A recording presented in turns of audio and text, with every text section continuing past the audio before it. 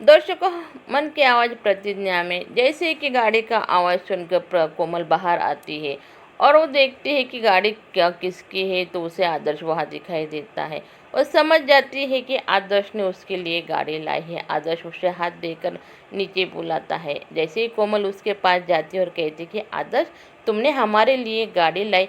अरे भाई कोमल, उसने कोई कोई मेहनत करके थोड़ी गाड़ी लाई है तुम्हारे लिए। अरे घूस लेकर गाड़ी ली भाई। ये देखकर तो घर वाले भी बाहर आ जाते हैं, लेकिन उन्हें बहुत बुरा लगता है कि आदर्श ने गाड़ी रिश्वत की कमाई से ली है।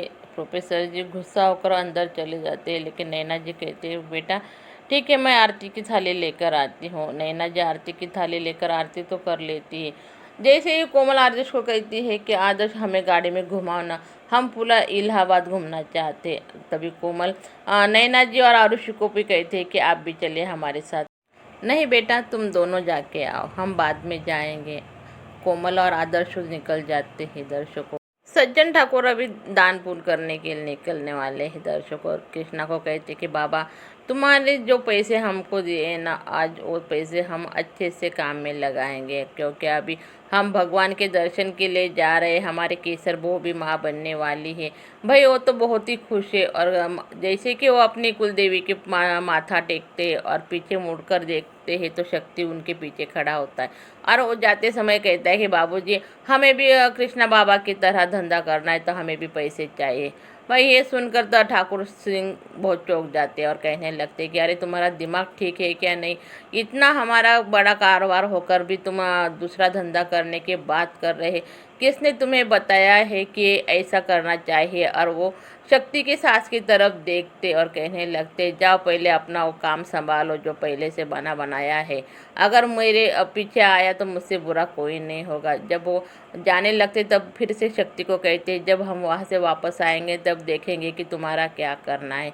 सज्जन सिंह तो चले जाते हैं, लेकिन शक्ति घर वालों को कहने लगता है, मुझे मेरा हिस्सा चाहिए, कुछ भी हो जाए मैं अपना हिस्सा लेकर रहूँगा। तभी ठकुरानी आकर उसे थप्पड़ लगाने लगती है।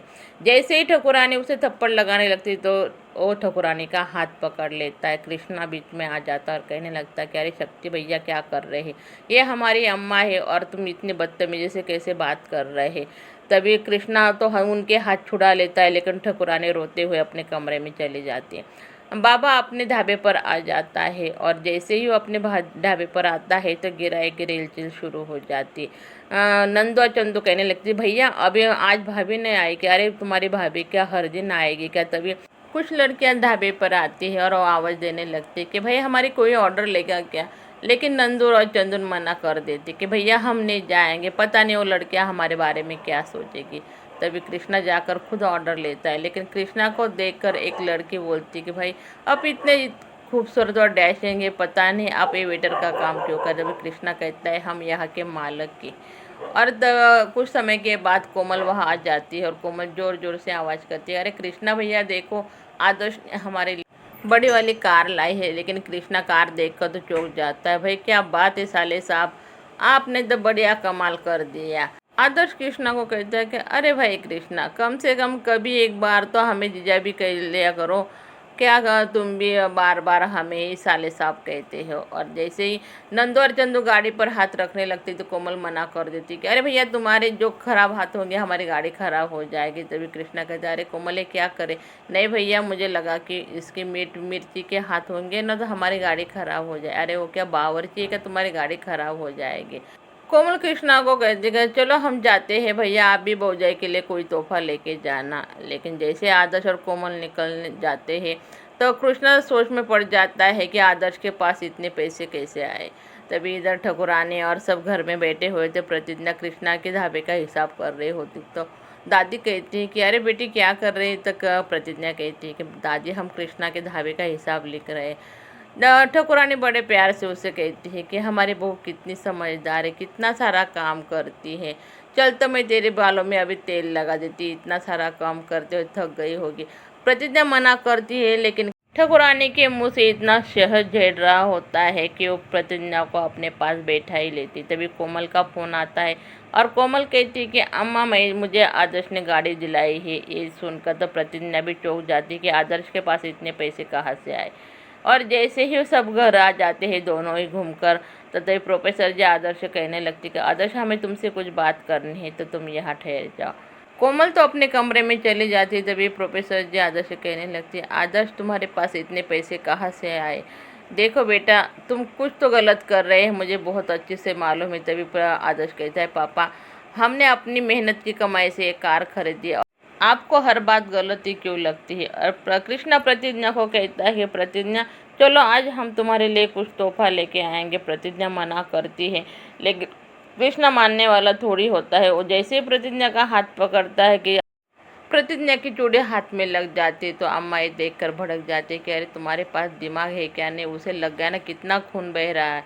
अम्मा जी बार पियासी से कहती है कि डेटॉल का डब्बा लेके आओ, तो लेकिन कृष्णा अम्मा जी का ये बर्ताव देखकर बहुत सोच में पड़ गया है दर्शकों। और इधर प्रतिज्ञा के कमरे में कृष्णा आता है और कहना ना बाबू सॉरी, हाँ मेरी वजह से तुम्हें चुप वही चुड़ी, लेकिन प्रतिज्ञा कहती कोई बात नहीं कृष्णा। और इधर प्रोफेसर जी आदर्श की बात से बहुत नाराज हो नैना जिसे कहते हैं कि आदर्श दिन ब दिन बदतमीज होता जा रहा है। हमने उसे बहुत समझाने की कोशिश की, लेकिन उल्टा उसे हम समझ नहीं पा रहे, उल्टा जवाब दे रहा था। तभी आरुषि कहती थी पापा आप उसे डांटना चाहिए। नहीं बेटा अब डांटने को भी बहुत देर हो गई है। तभी को नैना जी कहती है आज से हम आदर्श से कोई बात नहीं करेगा, कोई भी नहीं। अगर किसी ने बात की तो मुझसे बुरा कोई नहीं होगा। ये सुनकर सभी नैना जी की तरफ देखने लगते।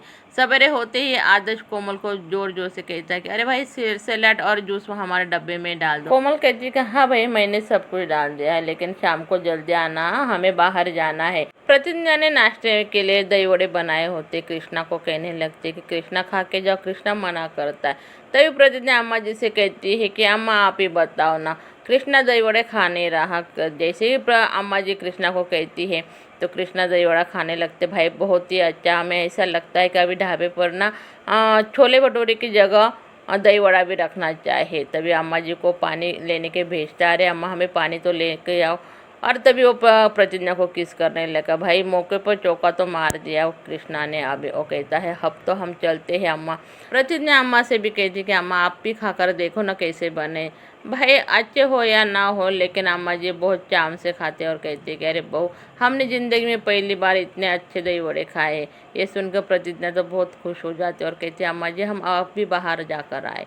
जैसे ही प्रतिज्ञा जाने लगती उसके साड़ी का पल्लू दरवाजे में अटक जाता है, लेकिन वो तभी पीछे मुड़ के जो देखती ना वो नज़ारा चौंकाने वाला होता है, क्योंकि अम्मा जी जो दही वड़े होते हैं ना वो डस्टबिन में डाल रही होती। प्रतिज्ञा को समझ में आ नहीं रहा कि अम्मा जी ऐसा क्यों कर रही है, क्योंकि प्रतिज्ञा की तो तारीफ करते थकते नहीं।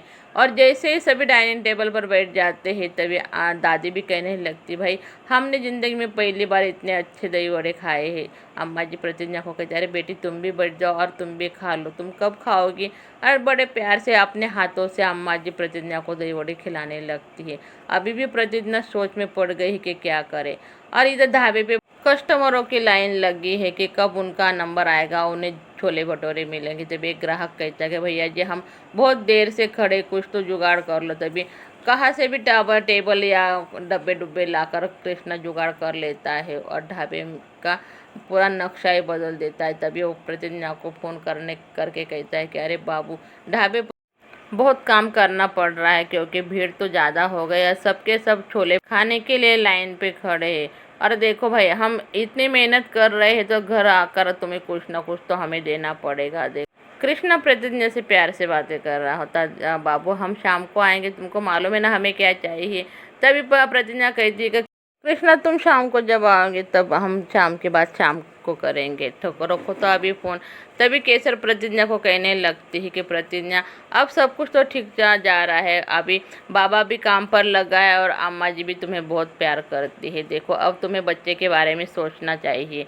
और तभी दादी भी कहने लगती कि अरे हाँ बेटा तुम्हें भी जल्दी बच्चा हो जाए तो हमारा परिवार पूरा हो जाएगा। तभी अम्मा जी दादी से कहने लगती है कि अरे यहाँ कहाँ उम्र निकलती जा रही है उसकी, हो जाएगा बच्चा भी। तो ये बात सुनकर प्रतिज्ञा को खटक जाता है कि अम्मा जी ऐसे क्यों बोले। जैसे ही अम्मा जी चली जाती है पियासी कहने लगती है पहले तो अम्मा को कृष्णा बहुत अच्छी नहीं लगती थी, लेकिन पता नहीं आजकल क्या हुआ है, अम्मा जी कितना प्यार करती है कृष्णा बहू को। भाई दर्शकों आगे की वीडियो में हम देखेंगे आदर्श जैसे गाड़ी ले ऑफिस में आता है तो ऑफिस स्टाफ के लोग उसे मिठाई मांगने लगते। भाई बड़ी तरक्की कर लिया आदर्श आपने तो। दर्शकों, ऐसे वीडियो देखने के लिए हमारे वीडियो को लाइक कीजिए, चैनल को सब्सक्राइब कीजिए।